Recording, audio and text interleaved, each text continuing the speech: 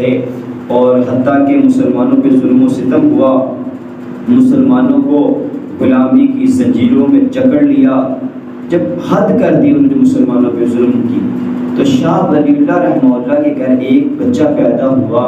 1739 میں ایک بچہ پیدا ہوا جس کا نام شاہ عبدالعزیز تھا۔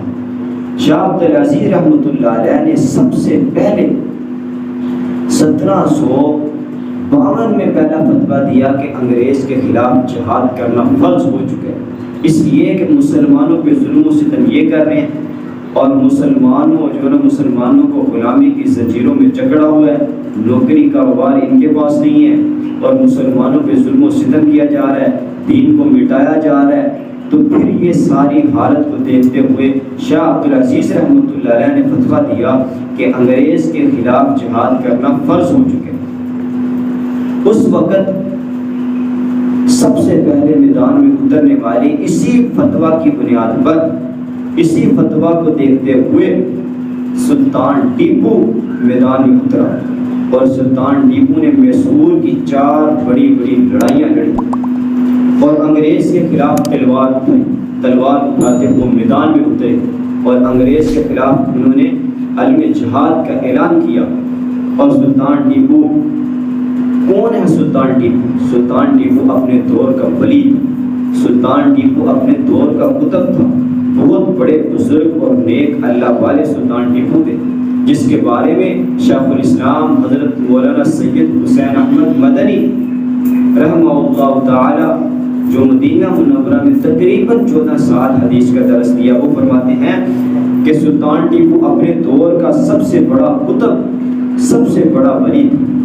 جس وقت انگریز مسلمانوں کے مقابلے میں آیا، اس وقت ہندوستان کی سرزمین میں سب سے بڑا ولی جو تھا وہ سلطان ٹیپو تھا۔ اس سلطان ٹیپو نے انگریز سے جہاد کا اعلان کرتے ہوئے میدان میں اترے۔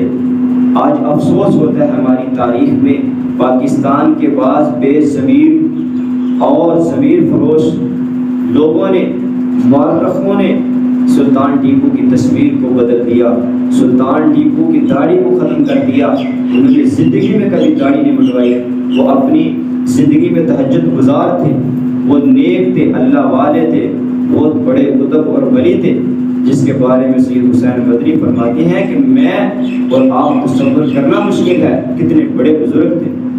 آج سلطان ٹیپو کی داڑھی کو اڑا دیا ہے ان بے ایمان مورخوں نے۔ سلطان ٹیپو اللہ کا نیک بندہ تھا، تہجد گزار آدمی تھا، اس کی داڑھی کو انہوں نے اڑا دیا، وہ داڑھی کے بغیر بڑی تصویر لگا دی۔ اور افسوس اس بات پہ امت مسلمہ پہ کہ جو اپنے کتوں کے نام بھی ٹیپو کے نام پہ رکھتے ہیں۔ ٹیپو سلطان کتنا بڑا شخص تھا، اور لوگوں کو، ہماری عوام کو، ہمارے بچوں کو، ہمارے گھر والوں کو، ہماری خواتین کو، ہمارے بڑوں کو، کسی کو پتہ ہی نہیں سلطان ٹیپو کون ہے۔ اس لیے اپنے اکابر اور اپنے اسلاف کی تاریخ کو دہرانا چاہیے تاکہ آپ کو پتہ چلے ان لوگوں نے کیسی قربانیاں دی، کہ یہ اپنے اکابر کے حالات پڑھنے سے بندے کو تسلی ملتی ہے۔ جیسے کہ اللہ تعالیٰ میں شروع میں نے آیت مبارک پڑھی کہ اللہ تعالیٰ فرماتے ہیں ہم تمام رسولوں کے آپ کے سامنے واقعات احوال رکھتے ہیں تاکہ آپ کے دل کو تسلی دیں۔ تو اس لیے اکابر کے حالات پڑھنے سے دل کو تسلی اور سکون ملتا ہے۔ تو اس لیے سلطان ٹیپو اپنے دور کے بہت بڑے ولی اور قطب تھے کہ سلطان ٹیپو میسور کی جامع مسجد بنائی، اور جامع مسجد بنا کے اعلان کیا کہ اس میں وہ جماعت کرائے جو صاحب ترتیب ہے۔ علماء جانتے ہیں صاحب ترتیب کسے کہتے ہیں؟ صاحب ترتیب اس آدمی کو کہتے ہیں کہ جس نے پوری زندگی میں 5 نمازیں ایک دن قضا نہ کی ہوں، اس کو صاحب ترتیب کہتے ہیں۔ ایک دن میں کبھی اس کی 5 نمازیں فوت نہ ہوئی ہوں، اس کو صاحب ترتیب کہتے ہیں۔ جب اعلان کیا تو جامع مسجد میں کوئی آگے امامت کے لیے نہ بڑھا، تو پھر سلطان ٹیپو خود آگے ہوا، اور سلطان ٹیپو نے اعلان کیا کہ میں وہ شخص ہوں کہ جس نے پوری زندگی میں بالغ ہونے کے بعد کبھی بھی میری ایک دن میں 5 نمازیں قضا نہیں ہوئی، وہ سلطان ٹیپو تھا۔ لیکن آج ہمارے لوگوں نے اس کی داڑھی کو بدل دیا۔ اس کی داڑھی کو کیوں بدلا؟